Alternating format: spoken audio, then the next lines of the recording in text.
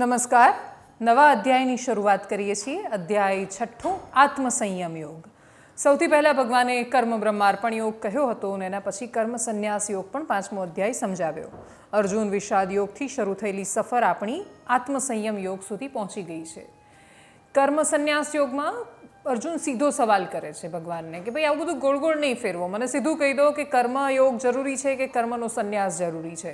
ભગવાન સીધો જવાબ પણ આપી દે છે કે કર્મ યોગ મહત્વનો છે. ભગવાન સ્પષ્ટ જવાબ આપી ચૂક્યા છે કે કર્મનું જીવનમાં કેટલું મહત્વ છે. કર્તવ્ય કર્મ વિશે પણ બહુ સમજાવી ચૂક્યા છે, પણ હજુ વધારે માહિતી સાથે ભગવાન આગળ સમજાવી રહ્યા છે. આ અધ્યાયનું નામ આત્મસંયમ યોગ છે. આ નામ સાંભળતાની જ સાથે આપણને એની અંદરનું ઘણું બધું સમજાય છે. શું હશે અધ્યાયમાં, પણ શું કહી રહ્યા છે ભગવાન, શરૂઆત કરીએ. જેમાં શ્રી ભગવાન ઉવાચ, ભગવાન જ બોલી રહ્યા છે. અનાશ્રિત કર્મફલમ કાર્યમ કર્મ કરોતિ યઃ સ સંન્યાસી ચ યોગી ચ ન નિરગ્નિર્ન ચાક્રિયઃ યમ સંન્યાસમિતિ પ્રાહુર્યોગમ તમ વિદ્ધિ પાંડવ ન હ્ય સંન્યસ્ત સંકલ્પો યોગી ભવતિ કચ્ચન આરુક્ષોમુર્નિર્યોગમ કર્મમ કારણમુચ્યતે યોગારૂઢસ્ય તસ્યૈવ શમઃ કારણમુચ્યતે. પહેલા શ્લોકમાં જ ભગવાન કહે છે કે જે મનુષ્ય કર્મફળનો આશ્રય ન કરીને કર્તવ્ય કર્મ કરે છે તે સંન્યાસી અને યોગી છે. પણ અગ્નિ રહિત એટલે કે કર્તવ્ય કર્મનો ત્યાગ કરનારો અને નિષ્ક્રિય થઈને બેસી રહેનારો સંન્યાસી કે યોગી નથી. જેના પર બધી જ જવાબદારીઓ છે અને એ જવાબદારીઓ છોડીને, પોતાનું કર્તવ્ય છોડીને, જે કર્તવ્યનું એણે નિર્વહન કરવાનું છે એ છોડીને જો એવું કહે છે કે મારે બધું જ છોડીને સરસ ભગવાનની આરાધનામાં કે ઉપાસનામાં તપશ્ચર્યા કરવા માટે બેસી જવું છે, તો ભગવાન કહે છે કે તું યોગી નથી. કરવું છે તો કર્મના સંકલ્પોનો ત્યાગ કરવો જોઈએ. ઘણું બધું છે ત્યાગ કરવા માટે, વિચારોનો, એષણાઓનો, ઈચ્છાઓનો, કર્મનું ફળ મેળવવાની ઈચ્છાઓનો ત્યાગ કરવો જોઈએ. એટલે ભગવાન એ કહે છે કે જે કર્મ ફળનો આશ્રય ન કરીને કર્તવ્ય કર્મનો કરે છે, એટલે કે કર્મનું ફળ મેળવવાની એમને જિજ્ઞાસા કે ઈચ્છા નથી રહેતી, એ કર્તવ્યમાં વિશ્વાસ કરે છે. અને એટલે એ સંન્યાસી છે. સંન્યાસીનો મતલબ ત્યાગી છે. એ ત્યાગી છે કેમ કે એણે ફળને ત્યાગી દીધું છે. એ ત્યાગવા માટે એણે બધું જ ત્યાગ કરીને જંગલમાં જવાની જરૂર નથી. એ બહારની દુનિયામાં જ્યારે શોધે છે કે આ ભોગ છે, આ વિલાસ છે ને એને હું ત્યાગી રહ્યો છું, તો એનાથી કોઈ ફરક નથી પડતો. મન ત્યાં હોય તો શું ફરક પડે. બીજા શ્લોકમાં ભગવાન કહે છે કે હે પાંડુપુત્ર, જેને સંન્યાસ કહે છે એને તું યોગ જાણ. કેમ કે જેણે સંકલ્પો ન છોડ્યા હોય એવો કોઈ મનુષ્ય યોગી નથી થતો. યોગમાં પ્રવેશ કરવા ઈચ્છતા સંયમી માટે અનાસક્તિપૂર્વક કર્મ કરવા એ સાધન છે. અને યોગમાં પ્રવેશ કરી દીધા પછી તેને માટે શમ એ સાધન છે. શમ એટલે શું? શમ એટલે કે કર્મમાં લલચાઈ ન જવું, ફળની સ્પૃહા ન રાખવી, બધા જ સંકલ્પો ત્યજી દેવા, ઇન્દ્રિયોના વિષયોમાં ન આવી જવું. અને એટલા જ માટે જે આ બધું કરે છે એના માટે એ જ સાધન છે. આપણે ત્યાં બહુ જ એક સ્વાભાવિક સરળ કહેવત છે જે આપણે કહેતા હોઈએ છીએ કે ભાઈ તન મંદિરમાં ને મન જૂતામાં. બે હાથ જોડીને પ્રાર્થના કરતા હોઈએ પણ મન પેલું બહાર જોડા કાઢ્યા હોય, પગરખા એમાં હોય કે યાર નવા છે ને કોઈ લઈ જશે તો. જતાં પહેલાં પણ એટલું ચિંતા કરતા હોઈએ તો આપણે અંદર જઈને સર્વસ્વ ત્યાગી શકવાની ક્યાંથી ચિંતા કરી શકવાના છીએ. આપણે કશું જ બહાર એવી રીતે છોડીને નથી જઈ શકતા. ચપ્પલ કાઢ્યા હોય છેક સુધી એવું હોય યાર કોઈ લઈ જશે તો નવા લાવેલા છે, શું કરીશું. એટલે પગરખા વગર શું કરીશું એ પણ નથી છોડી શકતા, તો પછી આપણે મંદિરમાં જઈને શું કરી લેવાના છીએ.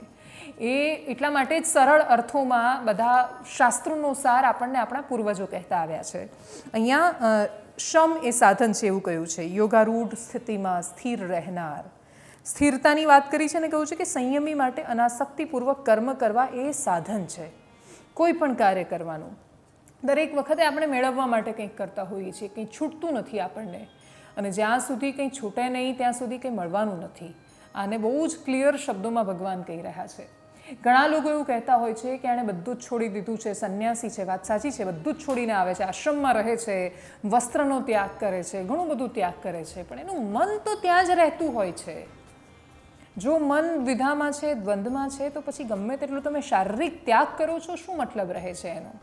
ઘણા બધા લોકો સામાન્ય જીવનમાં રહેવા છતાં, સંસારમાં રહેવા છતાં પણ ત્યાગી અને યોગી હોય છે. કેમ કે સંસારમાં રહીને પણ એ પોતાનું કર્તવ્ય કર્મોનું પાલન કરે છે. જવાબદારીઓ છોડીને નથી ભાગી જતા. માત્ર જવાબદારીઓ છોડવા માટે યોગનું નામ લેવું એ ખોટી વાત છે. ઘણી બધી જગ્યાએ એવા દ્રષ્ટાંતો સામે આવે છે. કોઈને સવાલ કરવાનો મતલબ નથી, પણ ઘણા બધા લોકો એવા જ્યારે અમુક સમયે જ્યારે પોતાની જવાબદારીઓ છોડીને ઈશ્વરના શરણે જતા હોય છે તો ઈશ્વર કદાચ એમને સવાલ કરી રહ્યા છે, એ લોકોને કે જે લોકો બધું જ છોડીને ત્યાગીને જતા રહે છે અને એમના મા બાપ ગુરુજનો પાસે જઈને માગણી કરતા હોય છે કે મારું સંતાન મને આપી દો, પણ એ કહે છે કે હું તો કૃષ્ણ ભક્તિમાં જોડાઈ ગયો છું. એવા બહુ જ બધા બનાવો સામે આવે છે. એ બધા બનાવો સામે આ ભગવાનનું કહેલું સવાલ કરે છે કે યાર યોગી કોણ, જે બધું જ છોડીને જતો રહ્યો છે, મા બાપને પણ છોડીને જતો રહ્યો છે. ત્યાં મા બાપે દીક્ષા નથી આપી, મા બાપે સમજ્યા નથી, મા બાપને સમજાવી નથી શક્યો એ, અને બધાને છોડીને જતો રહે છે. એ નથી સમજાવી શકતો કે હું કૃષ્ણ ભક્તિમાં લીન થવા માંગુ છું એટલા માટે છોડીને જાઉં છું. મા બાપ તો કહે છે કે તારું કર્તવ્ય તો મારી સંતાન થઈને રહેવાનું છે.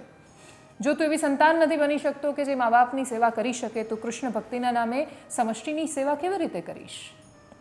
આ સવાલ ઘણા મા બાપ કરતા હોય છે. એટલે યોગી અને સંન્યાસી થવું કે સંસાર તો છોડીને કોઈ મંદિરમાં રહેવું એ સાવ ખોટું છે એવું નથી, પણ ભગવાન એક સવાલ આની અંદર કરે છે કે મા બાપને સમજાવ્યા વગર, એમની દીક્ષા લીધા વગર, આપણે જ્યારે પ્રાચીન કાળમાં ગુરુકુળમાં જતા તો મા બાપ સૌથી પહેલી ભિક્ષા આપતા. એનું મહત્ત્વ છે દાનનું. મા બાપ આજ્ઞા આપે છે કે તું જઈને લાવ, કે તું જઈને કરીને આવા. અને એટલે જે ઘરમાં નથી સમજાવી શકતું એ લોકો બહાર સમજાવવું અઘરું હોય છે. જો કે સૌથી અઘરું ઘરમાં સમજાવવું હોય છે, કેમ કે ભાવનાઓ જોડાયેલી હોય છે, પરંતુ છતાંય ભક્તિ તો બધા રસ્તા કાઢી લેતી હોય છે. અને એટલા જ માટે કર્તવ્યનો ત્યાગ ન કરવો એવું પણ ભગવાન કહે છે. કર્તવ્ય કયું માનવું એની બહુ મોટી દ્વિધા છે. આ જ્યારે વાત કરી તો ઘણા બધા લોકોએ સવાલ કર્યો હતો કે કર્તવ્ય તો કૃષ્ણ પણ તો છોડીને ગયા હતા. દેવકીને છોડીને જાય છે, પછી યશોદાને છોડીને જાય છે, રાધાને છોડીને જાય છે. દરેક વખતે દરેક પરિસ્થિતિમાંથી કૃષ્ણ એમના સ્વજનોને છોડીને ગયા છે, તો એમણે કેમ કર્તવ્ય નથી નિભાવ્યું? એ પણ એક સવાલ થાય છે કૃષ્ણના ચરિત્ર પરથી કે રાધાને છોડીને ગયા છે, એ જે યશોદાએ જેમ એમનું લાલન પાલન કર્યું, જે નંદે કર્યું, બધાને છોડીને જાય છે, તો કયું કર્તવ્ય પસંદ કર્યું? શું શ્રી કૃષ્ણ એટલા માટે છોડીને ગયા હતા યશોદાને કેમ કે એમને મથુરાનું સામ્રાજ્ય જોઈતું હતું? તેનો જવાબ તો ના છે. મથુરાની રાજગાદી મેળવ્યા પછી એ કૃષ્ણે શાસન નથી કર્યું ત્યાં. એટલે બીજા કોઈ ભોગ વિલાસ માટે જ્યારે કોઈ છોડીને જતું હોય છે ત્યારે એ કર્તવ્યો પર સવાલ થાય છે.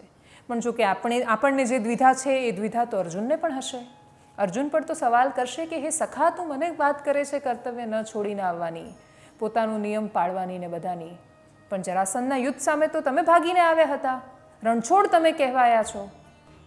અને આ બધા જ સવાલો જેમ અર્જુનને મનમાં થતા હશે, શ્રી કૃષ્ણ છે બધા જ સવાલો જાણે છે, આગળ વિસ્તૃત સમજાવશે કયું કર્તવ્ય મહત્વનું. અત્યારે તો આ દ્વિધાનો સમય છે. જાણીશું નેક્સ્ટ એપિસોડમાં. નમસ્કાર.